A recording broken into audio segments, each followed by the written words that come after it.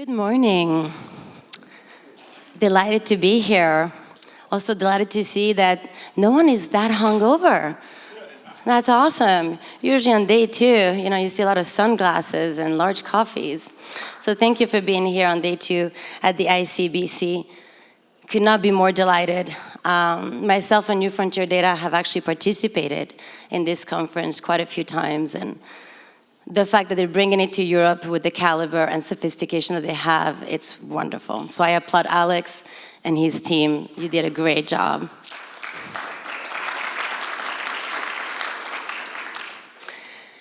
Yesterday we heard so many wonderful speakers, and they really covered such a wide array of information. I particularly liked when Peter from Denton mentioned that the difference between an American and a German kicking off a presentation is that Americans start with a joke and Germans start with an agenda. Well, I'm not that funny, and we're in Germany, so I'm going to start with a little agenda.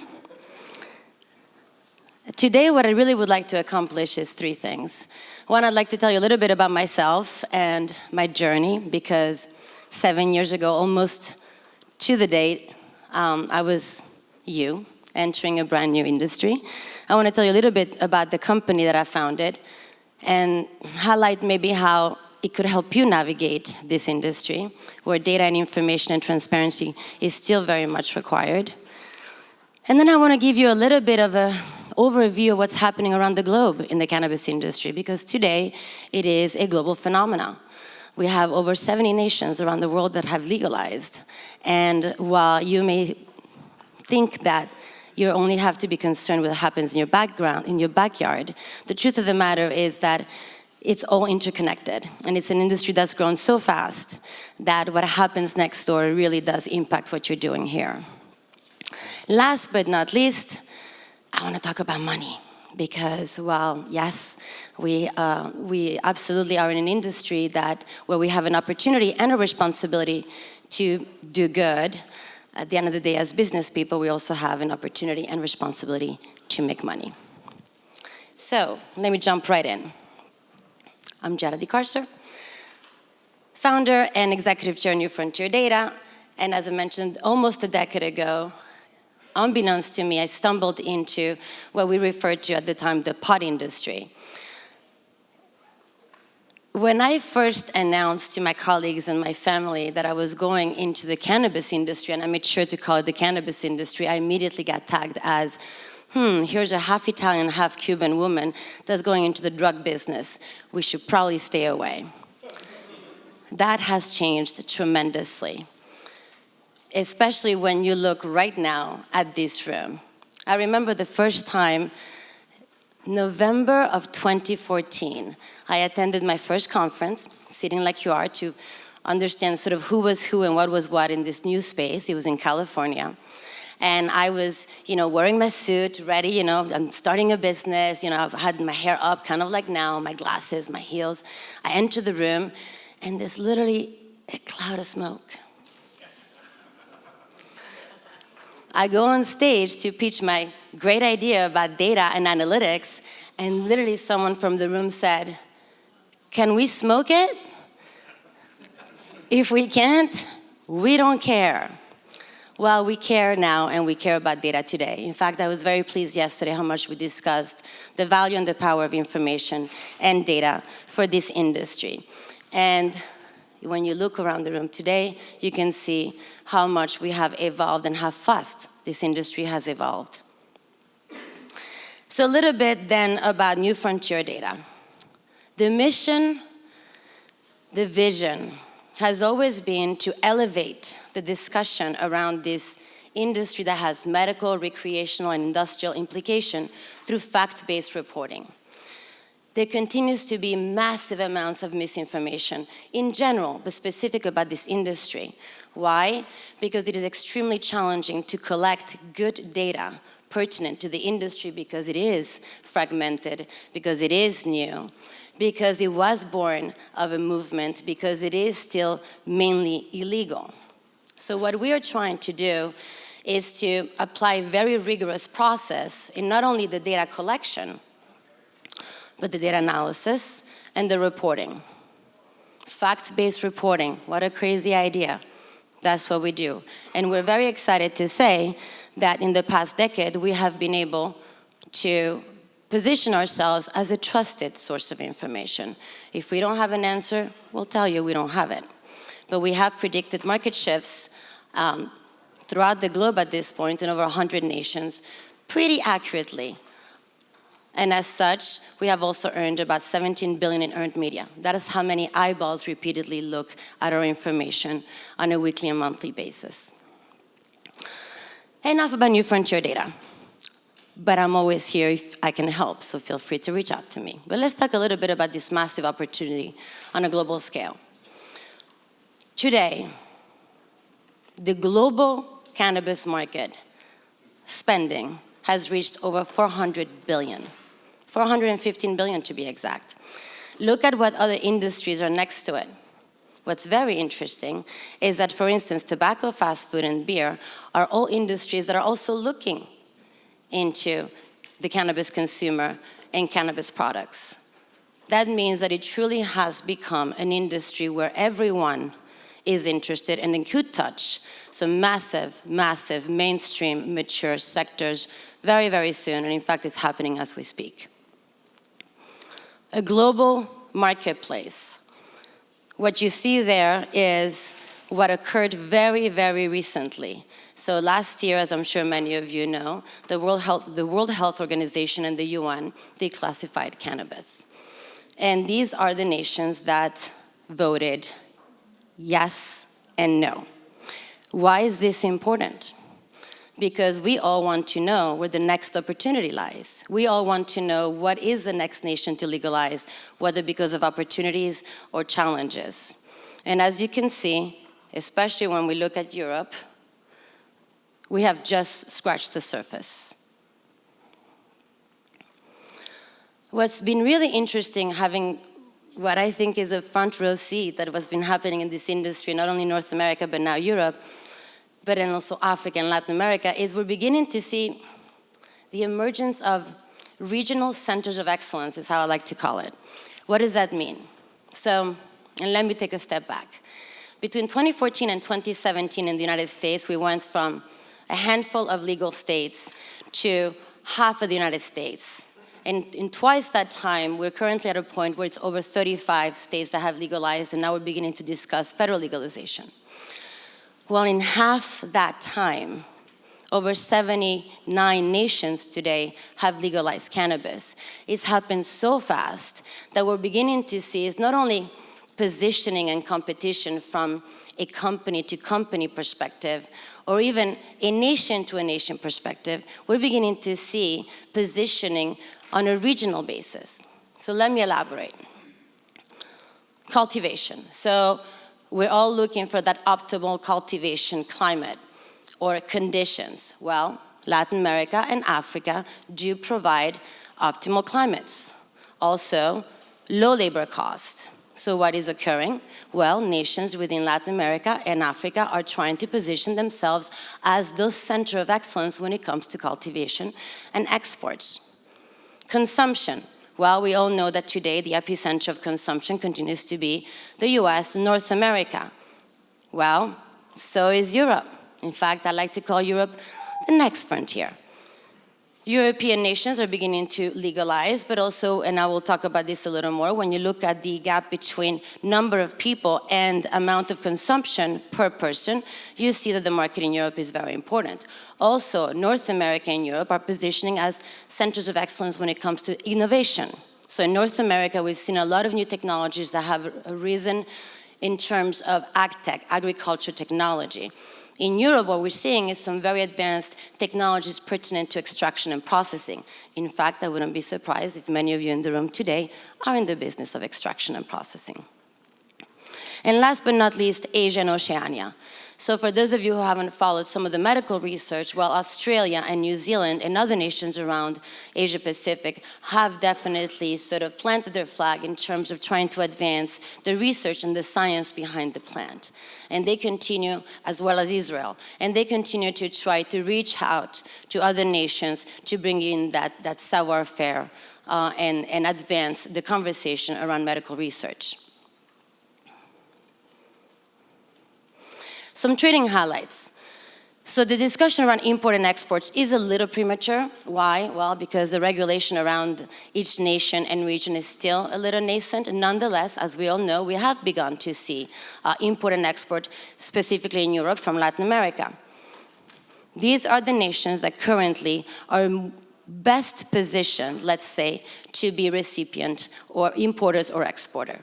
I'd like to bring attention to two in particular that are oftentimes, at least today, left aside: India and China. So I said earlier that the cannabis plant is not only one with medical and recreational application, but also industrial application, where, well, until 2 years ago, China was the #1 producer of hemp worldwide. In fact, they produced over 90% of hemp for textiles around the globe. Today, and by the way, for those of you who have had an opportunity to visit China, and I don't know how many of you would have been interested in going to the 2 provinces that actually do produce it, it is a pretty sophisticated operation. We're talking drones. The automation is incredible. So China is extremely well positioned to corner the market and continue to corner the market from a hemp production perspective, but they haven't quite looked into the extraction and CBD production. So India next door, sort of, is now also looking at potentially positioning themselves as a massive producer of CBD biomass for extraction. You may ask yourself, why do I care? It's China and India. Well, you care because in this global market, it will have an impact on pricing if you have such massive nations producing massive amounts of biomass. Europe, more specifically. So this is the state of affairs today. So you can see here sort of a breakdown of adult use, medical use, with some exceptions. In essence, the takeaway from here, other than keep track of what's happening in Europe, is the fact that the European market continues to be fragmented. Right? We're still trying to figure out how to truly standardize and regulate and legalize from a regional perspective. But more interesting, let's talk about what the key markets are today and where are they going tomorrow. So we've heard some various assessments yesterday, and in fact, it was noted at some point that it seems that everyone has a different number. That's not untrue. But we certainly begin to see some consistency in who is on top and who are the top markets. So that you can actually sort of take to the bank, as I like to say. Germany specifically is a top market today, and we predict that it will continue to be a top market tomorrow. There has been discussion of whether or not consumption in Germany and other European nations have been tapped. Well, the truth of the matter is that when you look at the illicit market alone and its opportunity to transition into the legal market, we haven't scratched the surface yet. Not to mention the fact that there are new consumers arising every day. And it's not consumers of THC, it's consumers of CBD products because of wellness. And we are in a time and era where we're all taking better care of our bodies, and we care. So that market, as far as we're concerned, is probably going to quadruple within the next 3 to 4 years. Followed by usual suspects: Netherlands, Italy, Poland, United Kingdom, and Netherlands again, medical. Europe by numbers. So I really like this slide, and I mentioned it earlier. So it should be no surprise that when you look at the population of Africa and Asia, we expect those markets to be massive. But what's really interesting is to look at the amount spent per person.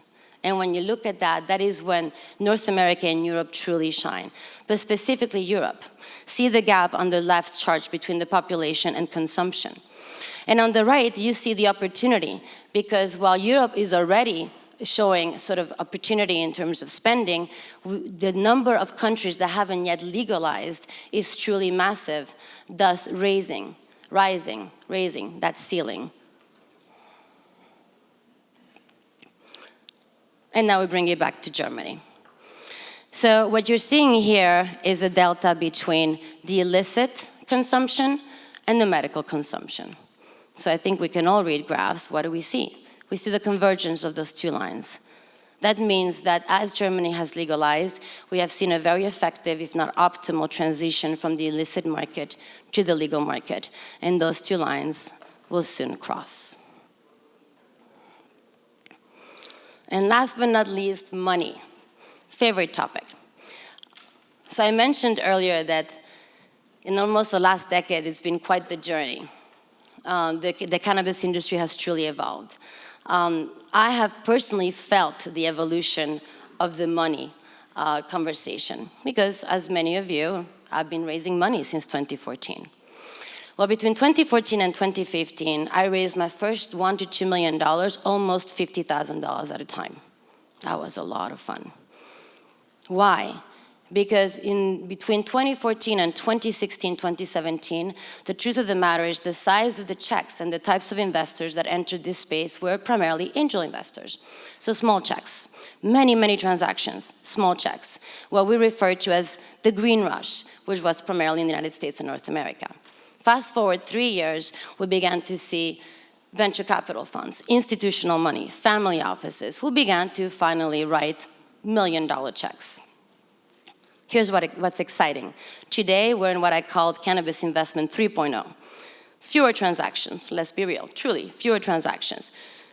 But the size of those transactions are becoming quite impressive. In fact, here are a few. Now we're beginning to see billion-dollar valuations. Now we're beginning to see companies going public in a mature and material manner. And now we're beginning to see also investments from very large multinationals across mature sectors that have paid attention and now see a massive opportunity in this industry. I leave you with a few questions. At the end of the day, what we do at New Frontier Data is we try to guess what's next. No, not guess, predict what's next. And we can constantly challenge ourselves with questions that no one else is answering. And these are some of them. We've also just published a report that's free, and I encourage you to look for it online. It's an entire global trends report that specifically looks at THC, adult use, and the opportunity it may provide on a global scale.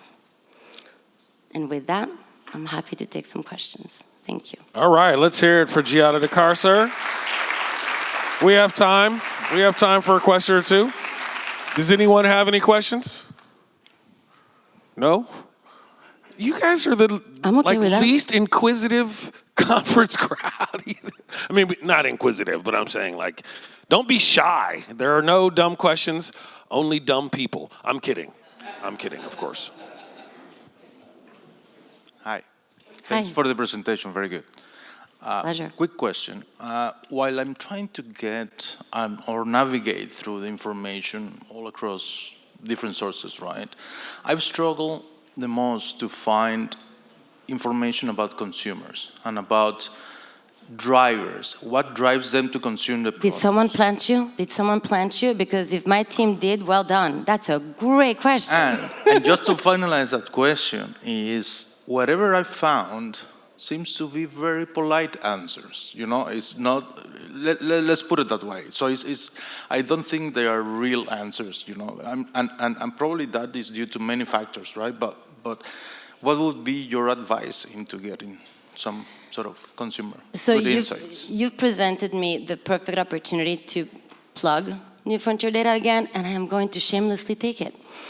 So the cannabis consumer. So first and foremost, for those of you who don't know, the cannabis consumer segment is the newest segment that we have seen in the past 20 years, meaning consumer packaged good and brands have understood consumer behavior for many, many years, and they're very comfortable with it. And here comes a brand new consumer group with a completely unique behavior, truly unique behavior. We have been tracking this behavior for almost a decade. It's been very difficult. It's not easy. But we have, and today we actually have information and data on over 167 million cannabis consumers, which, by the way, represents about 85 to 90% of cannabis consumers across North America. So we are very interested in the cannabis consumer and their behavior and how to engage with them. So your question is, how do you navigate and better understand them? I will give you my card after this presentation. So the types of questions that we get, so I've sort of alluded to it earlier, there are a lot of non-cannabis brands entering the space. I'll give you some examples. I'm not saying these are the companies because there's confidentiality behind it, but the likes of Lamborghini, McDonald's, Papa John's, The Body Shop, Nestle, Johnson & Johnson, L'Oreal.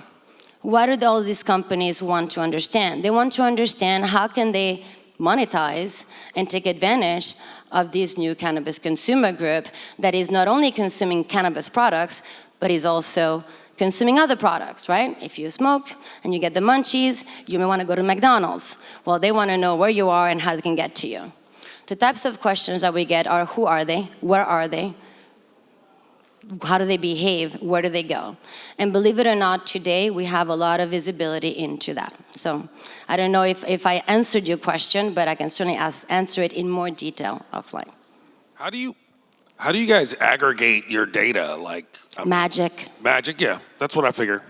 That's usually what it is. Alchemy. Yep, pretty much. Yeah. So Crystal balls. that works too. So it's actually a very, very painful process, and it was even more painful almost a decade ago, primarily because, as you can imagine, the industry, as I said earlier, the industry was born of a movement. So there were a lot of cultivators in California that were basically cultivating illegally. They had a bunch of money on the ground in big oil barrels, kid you not, true story. And their idea of inventory management was a yellow pad and pencil so that it can be erased or shredded. So collecting information early on was extremely challenging. Today, while we now have point-of-sale solutions and we have online nexuses, so loyalty programs and all kinds of other technologies that allow us access to electronic stream of information, those allowing us better sourcing of information, there's still a lot of volatility, if not lack of consistency across systems, as well as frameworks. And in fact, yesterday we heard a little bit from Metric and others about the fact that it's still fragmented from a regulatory perspective and the types of technologies that we use. However, the short answer is we hook up to a lot of other systems, including doing things online and grabbing information from local, state, national, and regional government bodies to the extent that we can get that information. And then we license and buy information from a lot of point-of-sale solutions, loyalty programs, and others. We aggregate it and normalize it. Thank you so much. One last question. Over the last 3 years, what surprised you the most as you've looked through this data? What weren't you expecting to happen? And as a follow-up to that, moving forward, looking into the next 3 years, what do you see as being the biggest uncertainties that people haven't thought about yet or that would surprise you? The biggest surprise is that I'm still standing. It's been quite the journey. What happened at the UN level recently, to me, was somewhat surprising, especially given the environment. We couldn't have predicted COVID, and that may have very well been a catalyst to that movement. We knew that it was a global arena. We knew that we were going to see legalization beyond North America. We didn't quite foresee that the World Health Organization, United Nations, were going to make such statements at that point of time. So that was certainly surprising to me. In terms of surprises in the future, and maybe it's because I have a background in international relations, I'm very curious to see what happens with China and India. They're massive. It's just big numbers, and I'm in the business of numbers. If those two markets activate and flood the industry, it could have some pretty serious impact, whether good or bad, depending on where you stand. But it certainly would change how the industry is evolving, as well as pricing and other things. Thank you so much. One more time. Thank you.